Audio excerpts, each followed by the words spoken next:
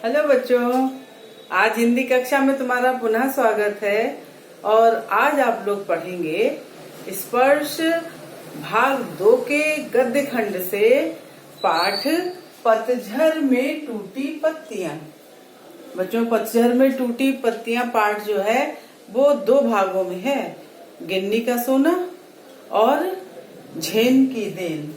तो बच्चों, revised syllabus में इस बार के हिंदी का जो रिवाइज सिलेबस आया है उसमें गिन्नी का सोना हटा दिया गया है और पार्ट 2 जो कि झेन की देन है, पतझड़ की टूटी पत्तियों में है, वो तुम्हारे पाठ्यक्रम में है।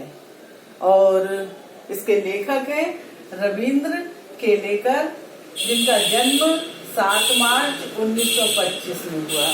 कोंकण क्षेत्र में इनका जन्म हुआ था और गोवा मुक्ति आंदोलन से रविंद्र केलेकर जी शुरू से ही जुड़े रहे और कोंकणी मराठी के शीर्षस्थ लेखक और पत्रकार रहे। बच्चों, कवि के बारे में कहा जाता है कि जहाँ न पहुँचे रवि वहाँ पहुँचे कवि है। और कवि के साथ जो पत्रकार भी हो तब तो सोने में सुहागा है, क्योंकि पत्रकार तो और भी पैनी नजर वाला होता है। तो ऐसे ही पैनी नजर के धनी थे रविंद्र केलेकर जी, जिन्होंने बौद्ध दर्शन में वर्णित ध्यान की उस पद्धति की याद दिलाई है जिसकी बदौलत जापानी इतनी व्यस्ततम जिंदगी के बावजूद कुछ चैन भरे पल पा जाते हैं। बच्चों, तुम्हें पता है कि भौतिकवाद की दौड़ में, अंधी दौड़ में दुनिया पागल हुई पड़ी है और जापान में तो व्यस्तता की वजह से लोग मानसिक रूप से बहुत ज्यादा रुग्ण हो रहे हैं, क्योंकि दिमाग में उन्होंने स्पीड का इंजन लगा रखा है।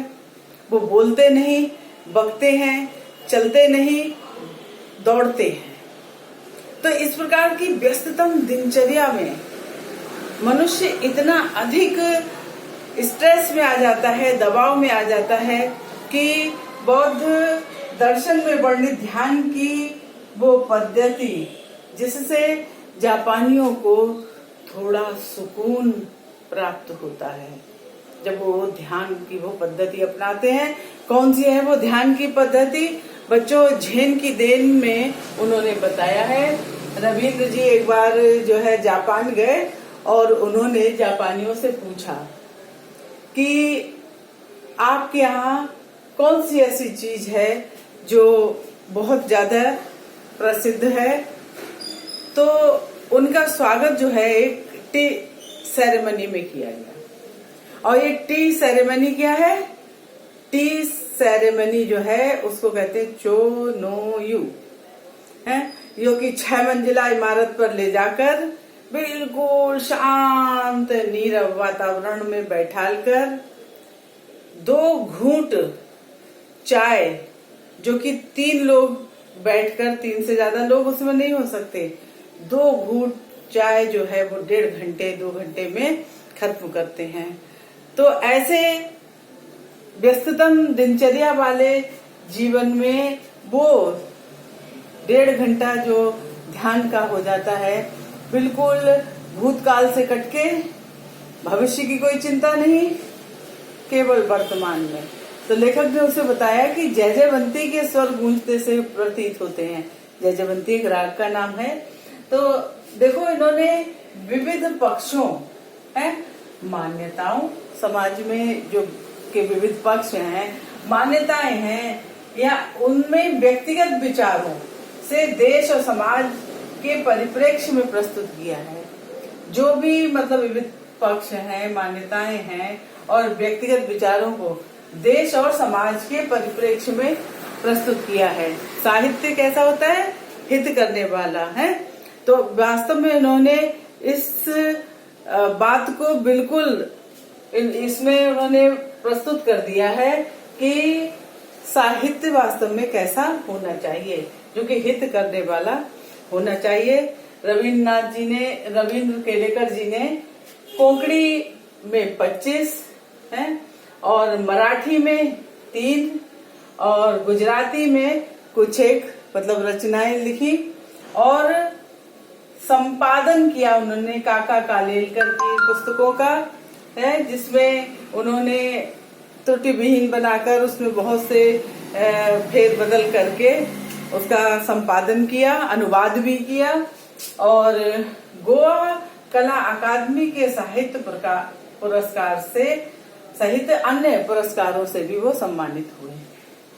गोवा कला अकादमी ने उन्हें साहित्य पुरस्कार दिया, इसके अलावा कुछ अन्य पुरस्कार भी उनको प्राप्त हुए। तो बच्चों, इस प्रकार से झेन की देन में जो तुम्हारा पाठ है, तुम्हारे पाठ्यक्रम में है जो अंश, उसमें तुम देखोगे कुछ महत्वपूर्ण बातें, जैसे टी सेरेमनी क्या है, दो झो जो स्वागत करते हैं, जैसे अपने लोग कहते हैं आइए तशरीफ लाइए, वैसे उनके यहाँ कहते हैं दो झो है। तो कुछ ये विशेष शब्द जैसे चोनोयू, जैसे दो झो है, ये सब हमें ध्यान रखने चाहिए। कभी कभी इन पर प्रश्न पूछ लिया जाता है।